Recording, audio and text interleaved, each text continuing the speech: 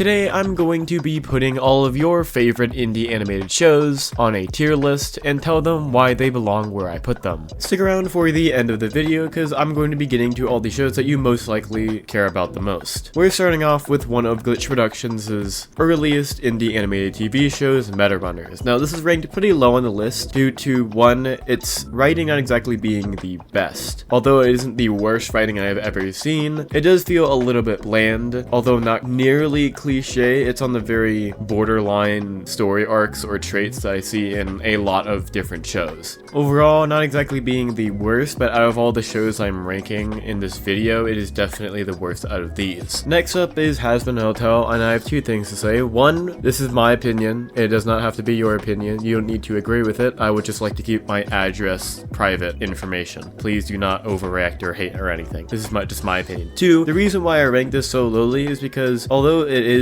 a fun little reminder about how far indie animation could go, since Has Been Hotel did used to be fully independently funded, the writing, at least in my opinion, isn't exactly the best. I haven't exactly been a fan of Has Been Hotel pretty much ever. I've been keeping an eye on it and I watched it, but in my opinion, it's kind of weak in the storytelling department. Although there is some good episodes, especially episode 4, at least of season 1, since there's only one season out right now, but overall, I don't really click with the story or characters or the songs really much, so it kind of ranks pretty low. By no means is it bad, it's just not good compared to the other things on this list. Moving on, we have Ramshackle. I won't say too much, mostly because there's an entire Vanity Moth video about it, and I pretty much agree with the majority of everything he said, so you can just go watch that if you want a more in-depth review of it. Although I've never reviewed Ramshackle on my channel, it does have potential, although I don't really think it's gone anywhere, and overall the pilot doesn't exactly feel like a pilot. It feels like a season 2 episode 5. Speaking of pilot, it is also just a pilot, which kind of puts it at a disadvantage, but seeing how later in the list we talk about like the Gaslight District and other shows that aren't even fully out yet, I'd say that that isn't exactly a real excuse. I think this show is meant to click with certain people, and I'm just not one of those people, so I'm just gonna move on. Next we have Helluva, and yes, the entire Helluverse is ranked pretty low on this list. Now overall, the writing of Helluva isn't exactly bad. I'm honestly thinking that I probably should have ranked it a little bit higher than this, since it does have some really good moments. But I do know that none of the other shows on this list genuinely have an episode that made me genuinely just skip ahead or just skip the entire episode in general because of how bad I thought of it. Although it does have its ups and downs, I think Helluva, just according to this list in general and compared to all the other shows I've ranked, it doesn't exactly land very high for me. For all means, I do understand why some people find this show really interesting and really entertaining, and if you do, congrats. I just can't really get interested into the show. Next up, we have the internet phenomenon produced by Glitch Productions and created by Gooseworks, The Amazing Digital Circus. If you're surprised to see this in B tier, then you haven't watched any of the videos I've made about it on my channel. Of course, I have been talking about how its last two episodes, episodes 3 and 4, as of currently making this video, were genuinely really good. Its best episodes so far. However, its pilot and then second episode, at least for me, were kind of bad. The pilot wasn't exactly successful in being a pilot, and the second episode kind of failed to deliver, at least in my opinion. I've already made full reviews on it. I haven't exactly rewatched these videos, so some of my points could be kind of stupid or outdated, but nonetheless, my stance on those two episodes kind of stays the same. Overall, it's not a necessarily bad show, and it still has a lot of potential, especially since its past two episodes were pretty good, and I'm pretty sure they'll continue this pattern. Although there are still a few problems I find with it, like there being a lack of real stakes besides abstraction, which I guess has been getting more and more serious as the series has gone on, but still doesn't exactly feel like a real threat. Overall, though, I think it fits pretty nicely in this spot, perhaps a little bit higher, but compared to everything else, it does fit perfectly, at least in my opinion, of course. Next up is Spooky Month, and originally, I really liked just watching a goofy little show with funny characters and actual funny humor that I enjoyed. However, then I watched the, at least at this time of making this video, most recent episode, and the lore to this show is absolutely crazy, or at least I can predict that it's going to be. Although I haven't exactly made any videos about it on my channel, I've still been, again, keeping an eye on it, and honestly really love the show. It's kind of goofy, but has some really serious moments, and has a lot of potential for the future, and I'm very curious to see where this goes next. Moving on to the top part of this list, we are meeting the Gaslight District. Now, I've already made a full review of the pilot, which is the only thing out so far as of making this video. If you want a more in-depth review of it, I'd highly suggest go watching those, because it didn't get a lot of views, and I'm kind of sad about that. But in short, it was a very good pilot. It built built the world beautifully, the characters are really unique, although there are some flaws with it, like a pacing feeling like you're a race car driver. Overall, it is a really good pilot. The only reason why it's this low is because all the other things on the list are just better, or have a lot of nostalgia, or I'm completely biased towards. Moving on to murder drones. Do I even need to explain the reason why this is pretty high on the list? Not only did this show quite literally build my channel, and is quite literally the only reason why I started a YouTube channel, but I also fell in love with this series, and I'm still really enjoy rewatching it over and over again. It's honestly peak cinema, except for the few exceptions. Honestly, the only reason why it's not the top of S tier is because the things in S tier are genuinely peak cinema without any flaws, and I also didn't want to seem like I was too biased with this list. Next, we have Lackadaisy, and for those who actually have read the webcomic, I haven't, and I'm not going to be reviewing that, at least for a while, since I don't feel like reading a comic during finals week. If you used to watch my videos a very long time ago, you've probably caught some of the words I've said about Lackadaisy, which is its beautiful animation is top tier, and the pilot in general, at least looking at story writing, is also pretty good, although not exactly peak cinema. It holds up pretty well, and also taking its mini shorts it's released over the course of time, I'd say this belongs perfectly in its spot. I am excited for the full series to come out, and I wish everyone animating it and writing it the best of luck, and I will be looking forward to an entire season.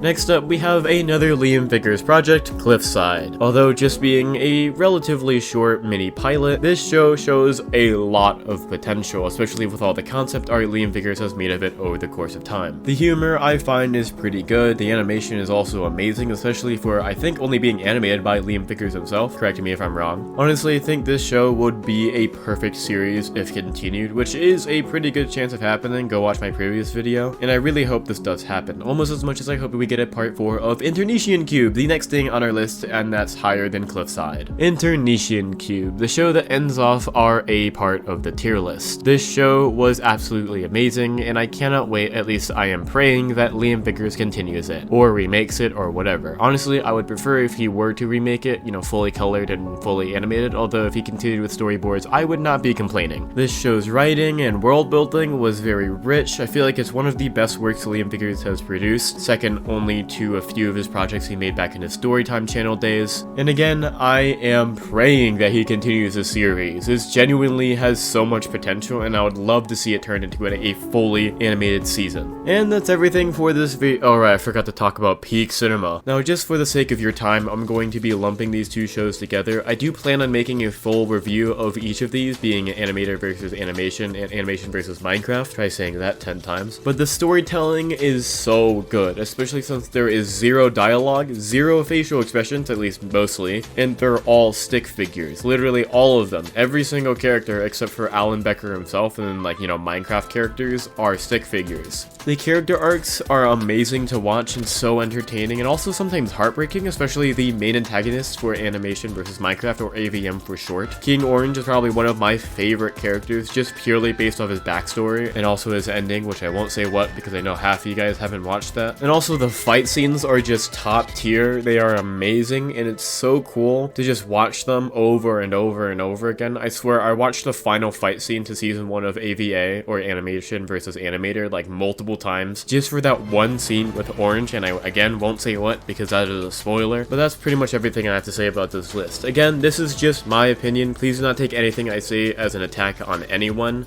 If you want me to make more tier lists like these, consider leaving a like, and then maybe comment down below if you actually want that review of any of Alan Becker's stuff. Go check out my other videos, and I'll see you guys next week.